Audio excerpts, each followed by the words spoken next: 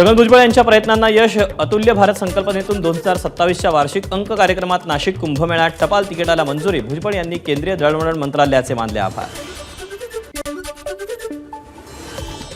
अहिल्यानगर कुस्ती प्रकरण जीवाला धोका असल्याची पंच नितेश कबलिया यांची बेगमपुरा पोलीस ठाण्यात तक्रार. पोलीस संरक्षण देण्याची मागणी.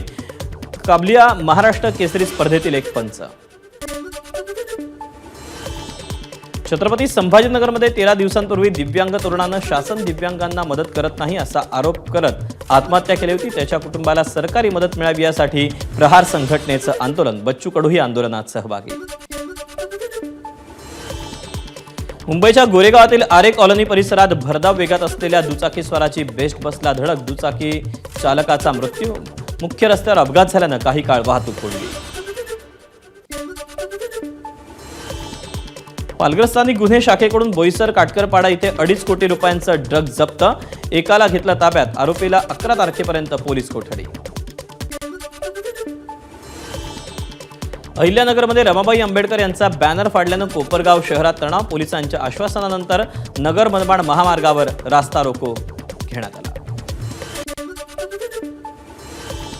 मालेगावात वीज उपकेंद्रातून चुकीच्या पद्धतीनं वीजपुरवठा केल्यानं पोलवर चढलेल्या कर्मचाऱ्याचा विजेच्या धक्क्यानं मृत्यू.